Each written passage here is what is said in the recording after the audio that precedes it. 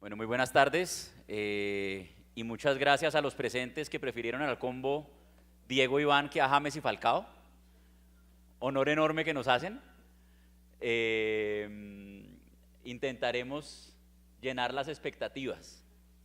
Pero bueno, como decíamos en el título de la presentación, se trata mucho de entender cuáles son las tendencias en el mundo de asset management y de wealth management, fruto de los grandes cambios regulatorios que estamos viendo a nivel mundial, en particular, probablemente el más grande que hemos visto recientemente es el cambio en Europa alrededor de MiFID II. Y es para eso un poco que Iván ha preparado unos comentarios relevantes, tratando inclusive de aterrizar eso a nuestra región. Pero antes de comenzar, Iván, yo creo que sería interesante, antes de hablar de perspectivas y de lo que es MiFID en realidad, si puedes comenzar dándonos un diagnóstico de cómo está la industria de asset management hoy en día, para luego, entendiendo cómo MiFID está operando, entender las perspectivas.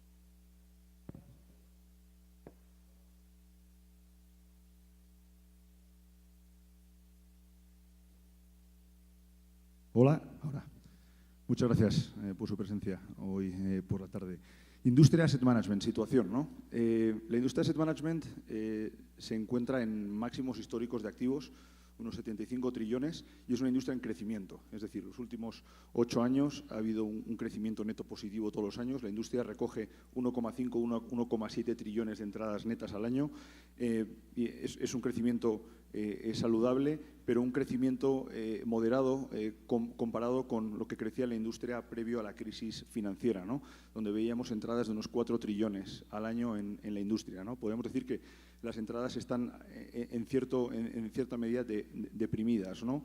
Y ahora vamos a entrar un poquito en detalle en por qué y qué está ocurriendo, ¿no? Pero claramente es una industria en crecimiento, sigue entrando dinero en la industria año a año, no ha habido ningún año en los últimos 8 años que no haya entrado dinero en la industria, ¿no? Pero es una industria en transformación, es decir, en rápida transformación. Todavía la industria, digamos que se puede parecer más al pasado que lo que va a significar la industria en el futuro, ¿no? Transformación en torno a conceptos como los procesos de construcción de portafolios, la narrativa con el cliente final, pricing, modelos de distribución, en fin, una serie de cambios estructurales que son muy significativos y que claramente impactan de fondo a cómo desarrollamos el negocio asset management, ¿no?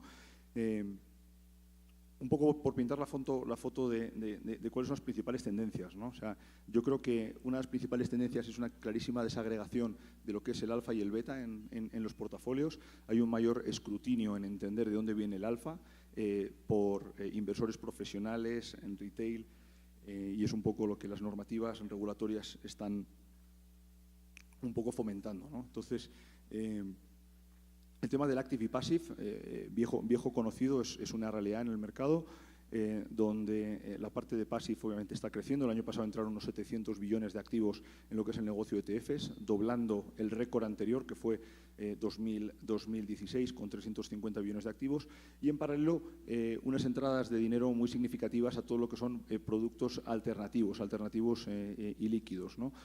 Casi más dinero entrando en alternativos y líquidos que entrando en ETFs. Y luego en medio toda la gestión activa tradicional con un gran proceso de reconversión, ¿no? Donde todavía el 90% de la industria se basa en el stock y el bond picking y con el objetivo de batir un benchmark, ¿no? La industria por el lado de active se encamina hacia varios caminos muy bien definidos, ¿no? Uno es el concepto multi-asset, ¿vale? Se está repensando mucho más el cómo llevar una solución conservadora, moderada o agresiva a un cliente. No tiene por qué ser 100% renta fija, 100% renta variable. Empezamos a ver, digamos, un blending más variado, ¿no? en los activos que conforman los portafolios. Y digamos que uno de los principales cambios de las gestoras de fondos es poner muchísimos más recursos en lo que es el concepto multi-asset, ¿no? Asignar más portfolio managers a hacer global multi-asset investing y más allá de lo que es el stock y bond picking, ¿no? Cuando los índices vienen explicando la mayor parte de los retornos, ¿no? El otro punto importante de la transformación de la industria es el abandono del benchmark. El abandono del benchmark en dos formatos. Obviamente a nivel interno, como restricción del portfolio manager, pero claramente la narrativa con el cliente final. Es decir, no funciona el concepto de cómprame este fondo, va a batir un benchmark y bueno, limitar la conversación a eso, ¿no? Con lo cual, estamos viendo que, digamos, todos los conceptos de desarrollo de productos se están yendo más a soluciones de inversión, a intentar entender el objetivo vital de la inversión, ¿no? Y armar productos que sean mucho más digeribles por parte del cliente final, ¿no?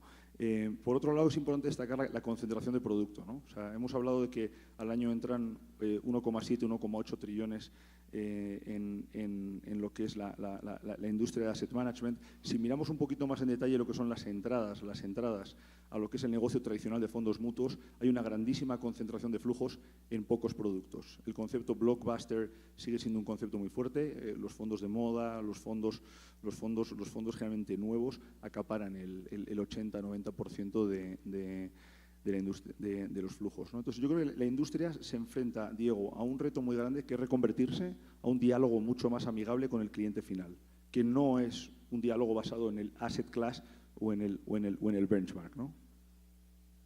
En Colombia hemos visto, y en los últimos años especialmente, unos fuertes cambios regulatorios, recientemente con el decreto de deber de asesoría, el proyecto de decreto que estamos viendo para la distribución de fondos internacionales en el mercado local, y en general en el mundo entero está habiendo un enfoque del regulador a proteger los intereses del inversionista final y asegurarse que los intereses del distribuidor terminan siendo alineados, ¿no?, con los del cliente final.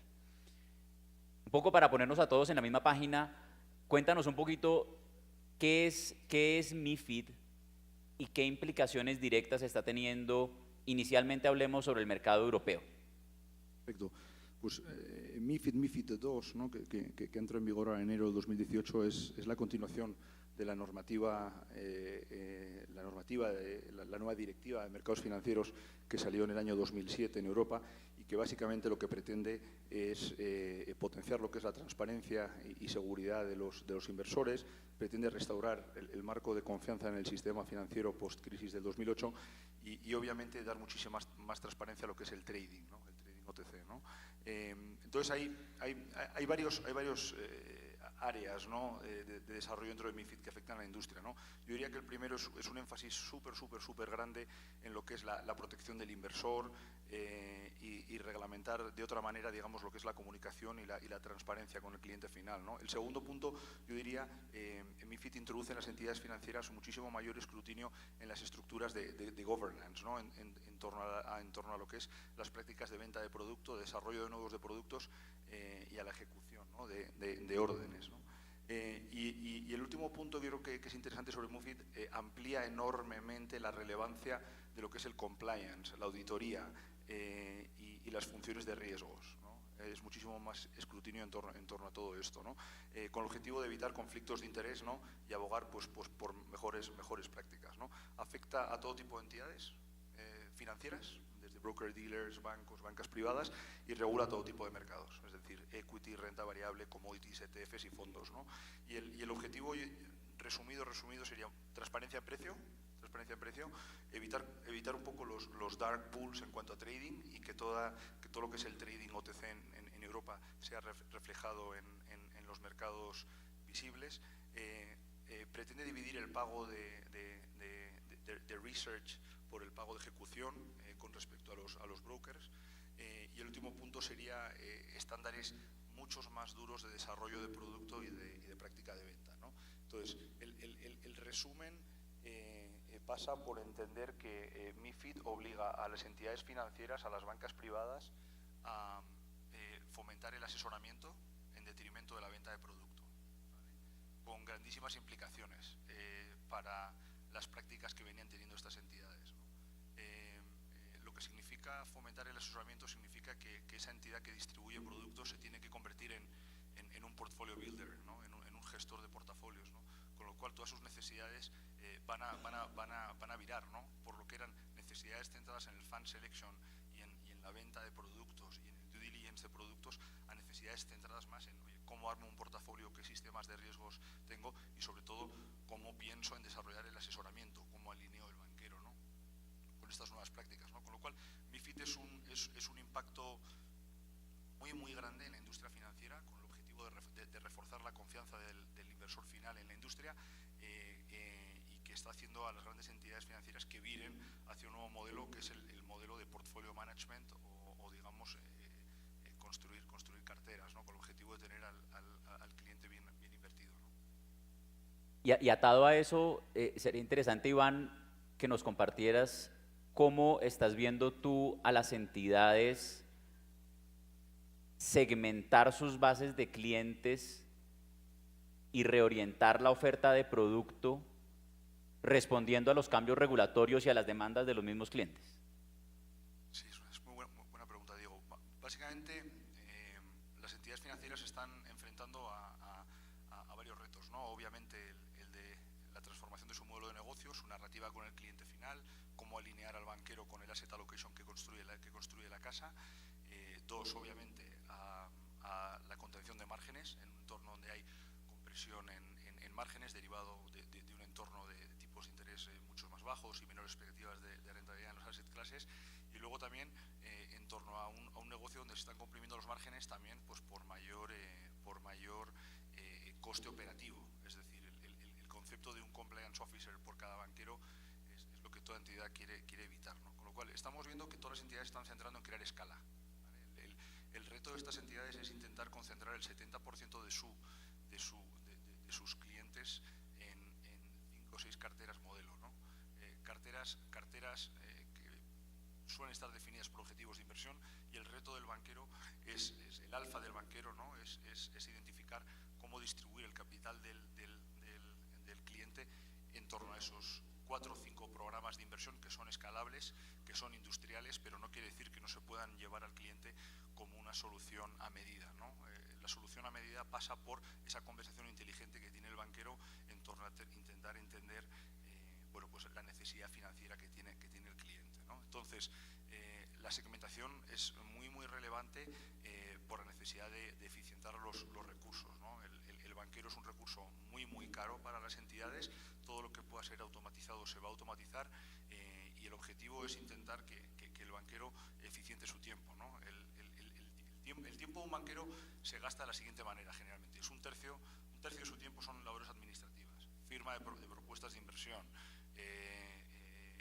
bueno, papeleo, o sea, todo tipo de gestiones, ¿no?, de este tipo. Un tercio de su tiempo es seleccionando acciones, bonos, fondos, intentando conformar una cartera, y un tercio de su tiempo centrado en hablar con el cliente, ¿no? El gran reto de las entidades es que el banquero pase un 80% de su tiempo hablando con el cliente final y un 20% de su tiempo con labores administrativas y estudiando mercados, ¿no? Eso está llevando a que hay una reasignación de recursos, ¿no?, donde el banquero no tiene que estar conformando portafolios. Eso se hace en el asset manager, eso se hace en el equipo discrecional central de la banca privada, y no significa que el banquero no tenga que incluirse en esa ecuación, en la conversación con el cliente final, ¿no? Pero hay que liberar tiempo del banquero para que lo pueda asesorar en impuestos o le pueda asorar sobre la universidad de sus hijos, ¿no? Entonces, el concepto de portfolio management en un mundo post-MiFID pasa a la central de la entidad. Estamos hablando de la unidad de asset management, estamos hablando al equipo discrecional, ¿no? Y el reto es conseguir que el banquero se alinee, ¿no? Y todo, bueno, pues eso, ¿no?, en pro de una correcta segmentación, ¿no? Y ahí la tecnología juega un papel muy importante, ¿no? Es decir, la tecnología es muy importante en segmentos de clientes donde, bueno, no se puede pagar el banquero, ¿no?, y donde el regulador está obligando a fomentar el asesoramiento, ¿no? Entonces, ¿cómo fomentas el asesoramiento si encima el cliente no puede pagar el banquero, ¿no? Pues ahí entran en juego las plataformas digitales y los nuevos medios de comunicación. Yo creo que tocaste un punto interesante, y es el tema del rol del asset manager vinculado al banco, y cómo en este mundo en el que la asesoría cobra mayor relevancia y es menos un negocio de venta de producto y más un negocio real de asesoría, la relevancia del asset manager, en alguna terminología internacional se conoce como el asset manager cautivo, el asset manager del banco, cambia y aumenta y termina asumiendo muchas de las funciones que estaban en cabeza del banquero. Cuéntanos un poquito de eso.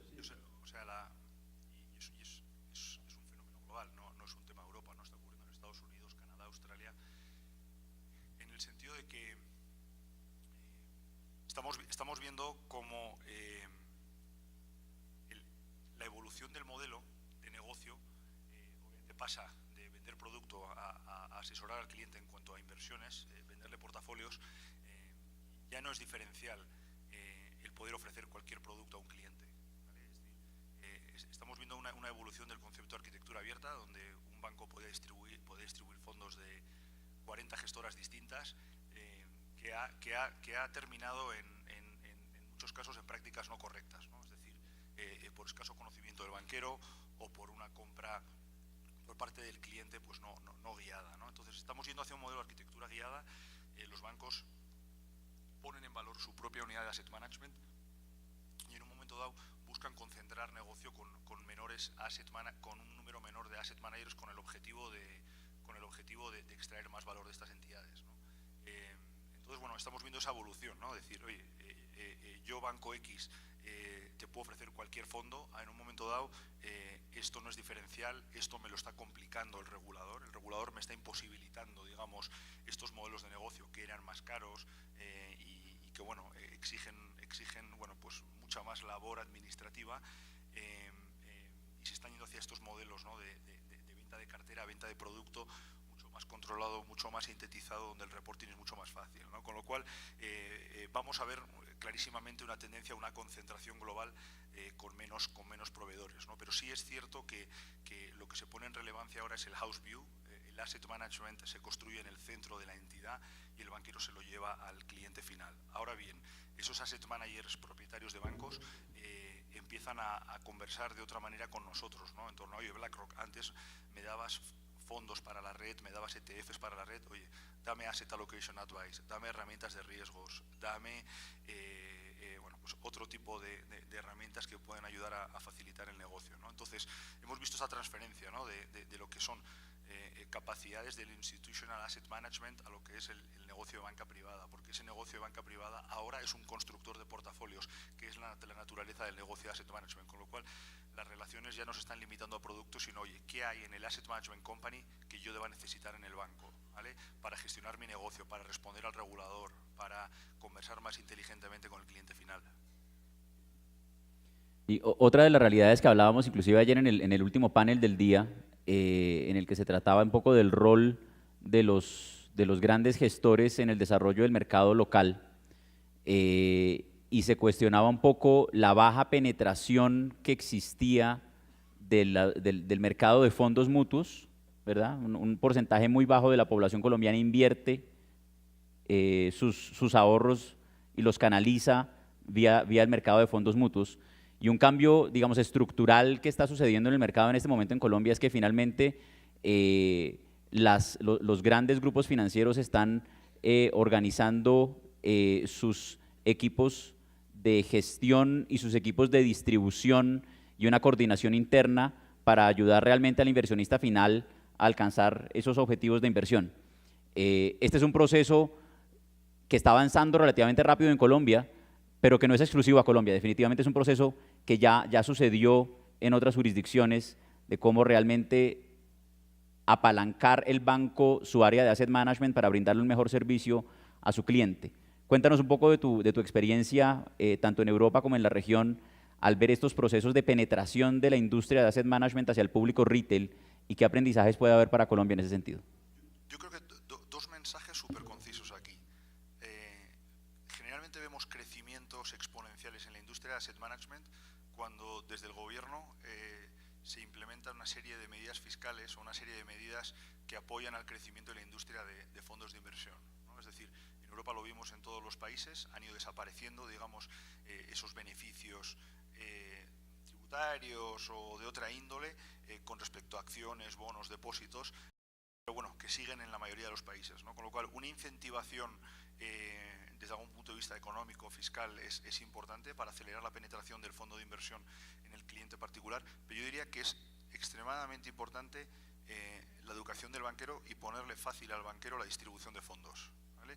El banquero a pie de calle no sabe de fondos de inversión y si le enfrentamos a una amalgama de 50 fondos, pues nunca vamos a arreglar el problema, ¿no? Con lo cual, estamos viendo que las entidades están invirtiendo enormemente en grandes procesos de educación Y parte de esa educación va encaminada a enseñarle al banquero a vender un portfolio de fondos y no un fondo individual, que muchas veces no saben venderlo, ¿no? Es decir, oye, un fondo de equity global, ¿no?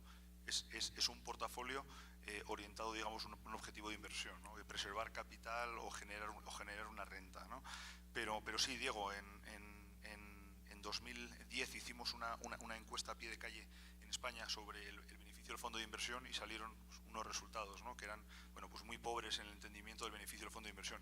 Hicimos esa encuesta dentro de la red de oficinas del banco y salieron exactamente los mismos resultados, ¿no?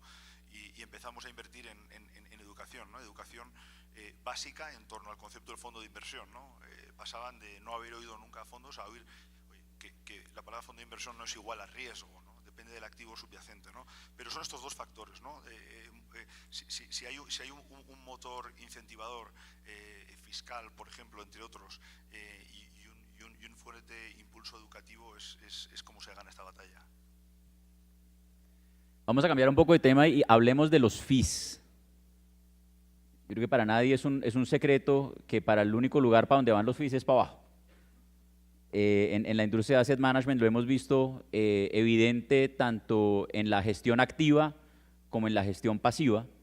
Es una tendencia global ante la cual los diferentes actores en la cadena de valor se han venido ajustando, desde el gestor hasta el distribuidor, poniendo en la mitad todas las figuras intermedias.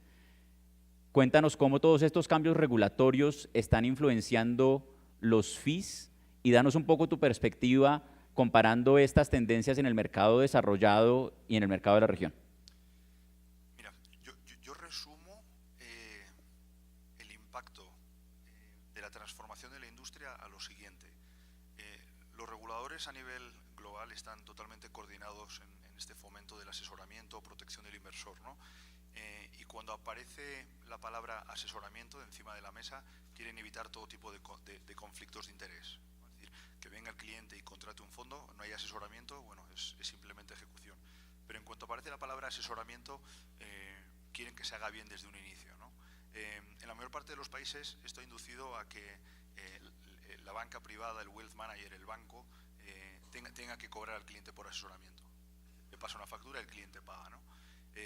Y la relación tradicional que teníamos entre la fábrica de fondos y el distribuidor pues se rompe, ¿no? Que era el revenue share, ¿no? Cobrábamos una comisión de gestión, la partíamos en dos, distribuidor toma tu mitad, ¿no? Obviamente, bueno, pues con conflictos de interés y con digamos, pues incentivos no alineados con el cliente final, ¿no? Con lo cual, esta relación tradicional que teníamos de compartir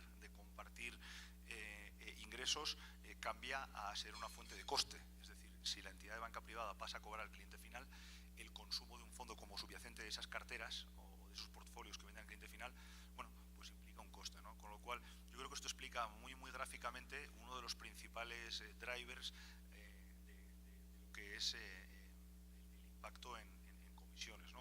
Os voy a dar unos datos. Vamos a Estados Unidos. En Estados Unidos, a día de hoy, el 60% del dinero que se maneja de clientes particulares está en este modelo, ¿no? De cobro por asesoramiento. Puede ser discrecional o no discrecional. Era un 20% en 2012. ¿Vale? No fue tanto un impulso regulatorio, sino más bien fuerzas de mercado, y recientemente hay nuevas normas regulatorias que lo están acelerando, ¿no?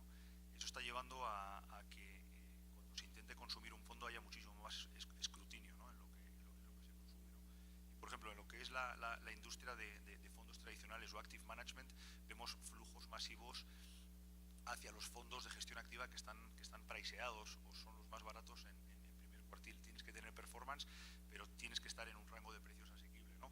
Porque la diferencia del margen es lo que gana la banca privada, ¿no? Es una manera un poquito bruta de describir lo que está ocurriendo, pero es la realidad, y es la realidad más gráfica de cómo puede afectar esto a la industria de fondos, ¿no?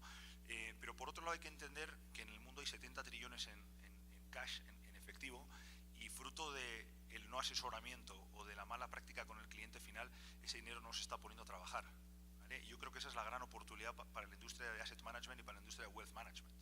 Estamos hablando de 70 trillones en cash en manos de cliente retail. Es el mismo tamaño que tiene la industria. Es decir, ese dinero tendría que estar invertido en soluciones de inversión, en portfolios, bueno para el cliente, bueno para la industria. Ese es el reto, ¿no? Y yo creo que esa va a ser una nueva fuente de generación de ingresos para la industria, ¿no? Hablemos de tecnología. Yo creo que la tecnología está teniendo unos impactos disruptivos en varias partes de la cadena de valor de nuestra industria de wealth management. Y lo vemos tanto en la manera como se gestionan los portafolios, hasta cómo inclusive se distribuyen los portafolios y cómo se controla el riesgo, ¿no? Cuéntanos un poquito cuáles son esos principales cambios que la tecnología está induciendo en nuestra industria y ayúdenos a aterrizarlo un poco a la región. ¿Cómo lo estás viendo acá? Son tres cambios, por sintetizarlo. Obviamente son muchos más, pero son tres. El primero es tecnología aplicada a los procesos de inversión, tecnología como nuevas fuentes de generación de alfa, la aplicación de Big Data al research de acciones, de mercados de capitales y demás, es decir, extender, digamos, las fuentes de información más allá de lo que puede ver un portfolio manager, ¿no? Y nutrirle de bases de datos mucho más amplias, ¿no? Yo creo que es un viejo conocido, bueno, pues como vía satélite se puede monitorear la afluencia de coches a un parking de Walmart o, digamos, los tweets que una compañía puede publicar y pueden dar una señal de compra o de venta, ¿no? Ese es el primero, ¿no? Es decir, tecnología aplicada a generar información y generar nuevas fuentes de alfa, ¿no? Entonces, digamos que todo lo que es la gestión activa tradicional está empezando a incorporar el Big Data como nueva fuente de información para tomar decisiones mejor informadas, ¿no? El segundo punto es la gestión de riesgos, ¿no? Estamos viendo cómo la gestión de riesgos es mucho más relevante porque, digamos, los portfolios se están convirtiendo en portfolios globales y hacen falta mejores herramientas, pero por el lado de la distribución o de la banca privada, esta conversión de ser una entidad que vendía producto a una entidad que vende portafolios o posiciona portafolios lleva a que las necesidades centrales cambien drásticamente, ¿no? Con lo cual vemos una tendencia clarísima por parte de la banca privada a utilizar tecnología de riesgos que tradicionalmente se utilizaba en las unidades de asset management. Las unidades de asset management están ayudando a sus unidades de banca privada a implementar esa tecnología que ellos llevan utilizando muchísimos años, ¿no? Tecnología que no es solo aplicada para entender el riesgo del portafolio, apretar el botón y que salga un numerito, sino tecnología que sirve para contestar al regulador, bueno, pues cómo está haciendo el suitability de los investments y cómo está midiendo el riesgo de esos portafolios, ¿no? Antes el regulador preguntaba por otras cosas, ¿no? Y luego el tercer punto es el tema de la digitalización de la interfaz con el cliente final, ¿no? Yo creo que todas las entidades están intentando elevar la percepción de valor del cliente final de lo que es la proposición de valor de la entidad, y la tecnología juega un papel muy importante, ¿no? La tecnología como un mecanismo veloz de transmisión de información, ¿vale? Estamos hablando de la página web evolucionada con respecto a lo que era una plataforma que permitía simplemente la contratación de productos, a una plataforma que permita conversar con el cliente, que permita darle una cartera, que permita hacer wealth management online, ¿no? Tecnología utilizada por el banquero o no utilizada por el banquero, pero son esas tres pautas, ¿no? El Big Data como parte de los procesos de inversión. Dos, el Risk Management que se utilizaba en Asset Management, llevarlo al mundo de banca privada, y este último punto de digitalizar lo que ve el cliente, ¿no? Estos grandes cambios a nivel mundial, ¿cómo están tocando la región? Cuéntanos cómo ves tú y háblanos de pronto de un par de ejemplos en algunos de los países de cómo estos cambios que parecen verse ajenos y lejanos ya están comenzando a impactar directamente las dinámicas de wealth management en la región de América Latina. Mira, yo creo que es muy importante destacar que la mayor parte de los clientes latinoamericanos con cierto patrimonio tienen una cuenta offshore en el extranjero, ¿no? Donde esto es una realidad, ¿no? Y hay un claro cambio de modelo, ¿no? Con lo cual, ese es el primer punto a entender. Es decir, el cliente latinoamericano está expuesto a esto, es lo que ocurre por ahí fuera y lo que le están contando, ¿no? Es decir, oye, vamos a conversar de esta manera, ya no te voy a vender bonos, acciones y voy a ganar dinero generando comisiones. Te voy a cobrar un flat fee, te cobran una comisión fija y vamos a intentar montar un programa de gestión discrecional, ¿no? Pero mira, Diego, yo te diría que hay un clarísimo entendimiento de los reguladores en Latinoamérica de cuáles son las prácticas a nivel global, y los ejecutivos de los bancos en Latinoamérica se enfrentan al mismo reto que se enfrenta el ecosistema global, que es el de mantener los márgenes del negocio, y para eso necesitan escala. Y generar escala significa simplificar procesos y eficientar recursos, ¿no?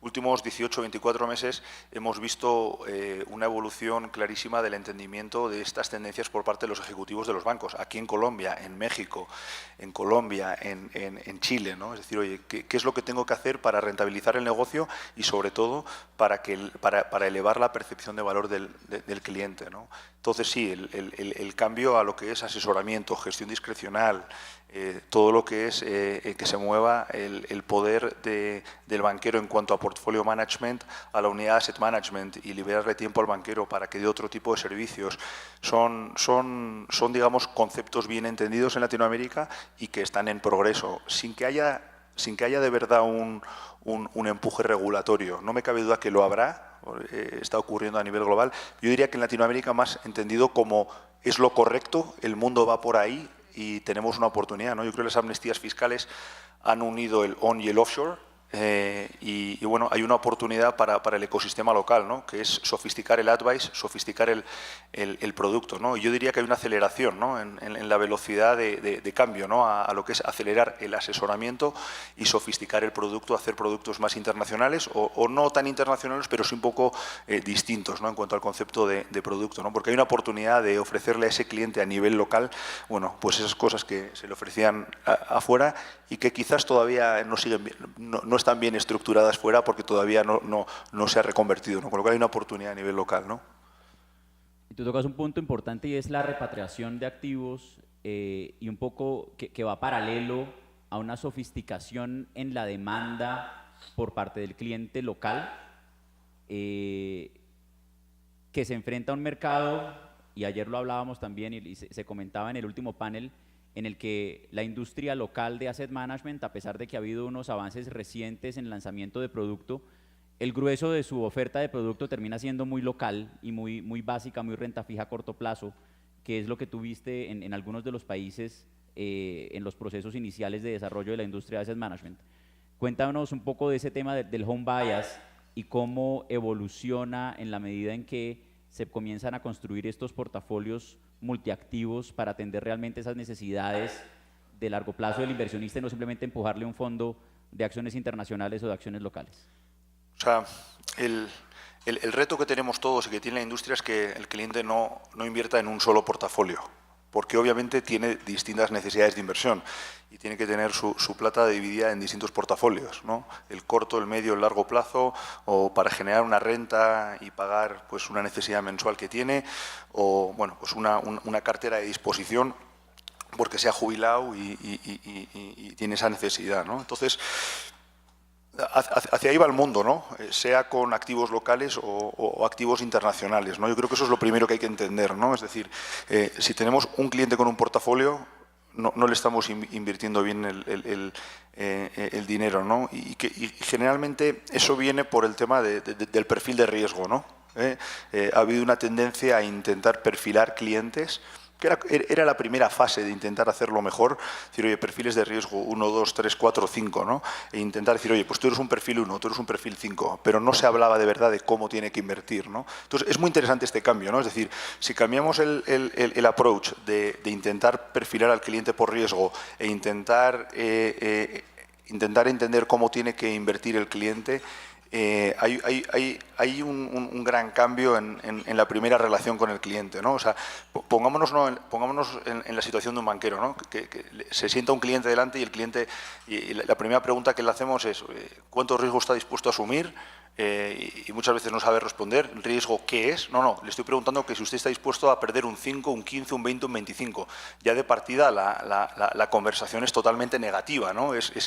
No atrae al cliente, sino que lo está asustando, ¿no? Si en cambio se vira la conversación hacia oye, ¿cómo quiere usted invertir? ¿Qué necesidades tiene? Es decir, tiene que pagar rentas, tiene que ahorrar para la universidad de los hijos.